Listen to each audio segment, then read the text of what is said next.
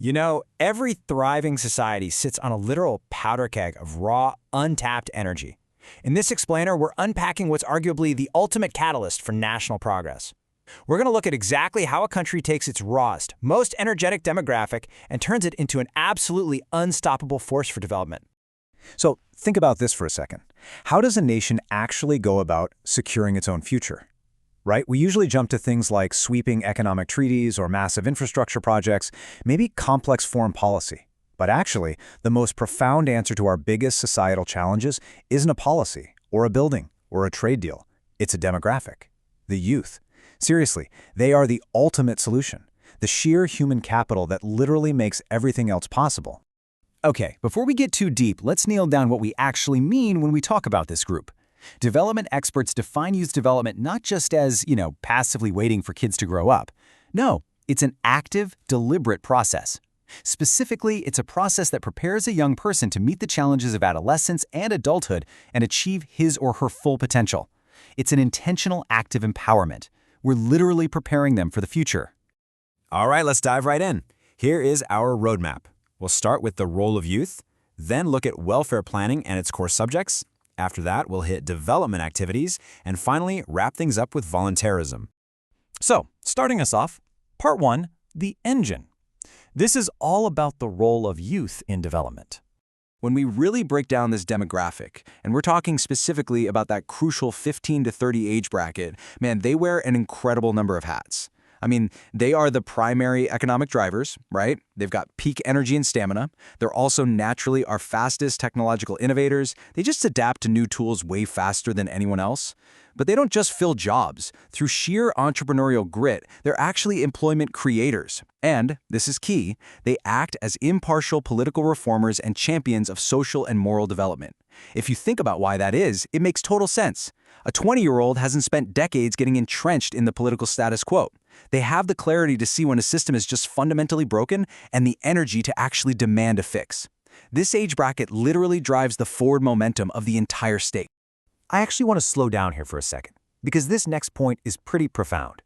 The frameworks we're analyzing place a massive moral responsibility squarely on the shoulders of the youth. The source states, they play an outstanding role in eradicating social inequalities, disparities, and discrimination. Since they aren't tethered to the outdated norms and prejudices of the past, they are uniquely positioned to stand up against systemic corruption and inherited biases. They are, essentially, society's reset button. But here's the critical pivot in our whole analysis. On one hand, we've got all this dynamic, world-changing energy. But, well, unstructured energy is just chaos. Think of it like a massive river. If it doesn't have banks, it just floods the plains, dissipates, and leaves a huge mess. But if you channel it correctly through a dam, boom, it powers entire cities.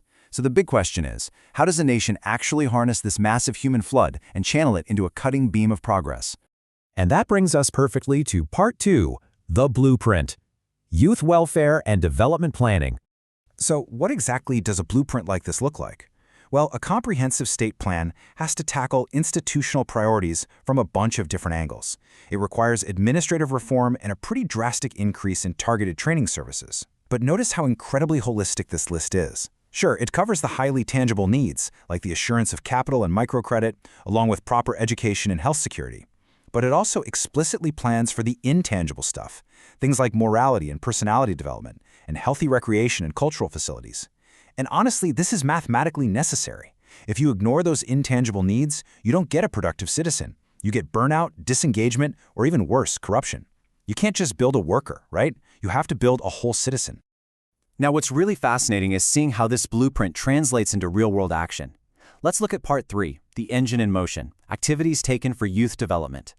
Looking at some real-world data, and we're using frameworks developed in South Asia as our primary case study today, we can see that training is definitely not a one-size-fits-all kind of deal. The administrative programs they've deployed are strategically categorized to ensure a super well-rounded national workforce. So, you've got technical and IT skills like computer networking and electronics, but that's deliberately balanced with agricultural training, things like poultry farming and mushroom cultivation, which, by the way, are absolutely vital for regional food security. And then, rounding it out, we have vocational skills like tailoring and block batik.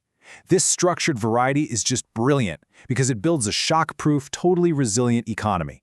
If the tech sector takes a hit, the agricultural sector holds strong. It ensures that young people can always find their specific niche in a broader, diversified market. To put this into perspective, we are talking about exactly 226,905 youths who have been trained under these specific government development activities within our case study. Like, this isn't theoretical. It's happening right now. Over 2.2 million young people actively upgraded and integrated into the modern workforce. That is an absolutely staggering scale of human capital being strategically harnessed. But let's be real. We all know that training without resources just leads to a lot of frustration. To actually support self-employment, structured microcredit loans are provided. And in our primary case study data out of Bangladesh, these range from 12,000 right up to 100,000 taka. This directly solves the cold start problem for young entrepreneurs. Remember that assurance of capital requirement we saw earlier in the blueprint? Well, this is it in action. It allows a young person to take their brand new skills in, say, poultry farming or electronics, and actually bootstrap a viable business from day one. And that brings us to the sheer brilliance of national service activities. This framework acts as this massive temporary employment bridge for educated youth.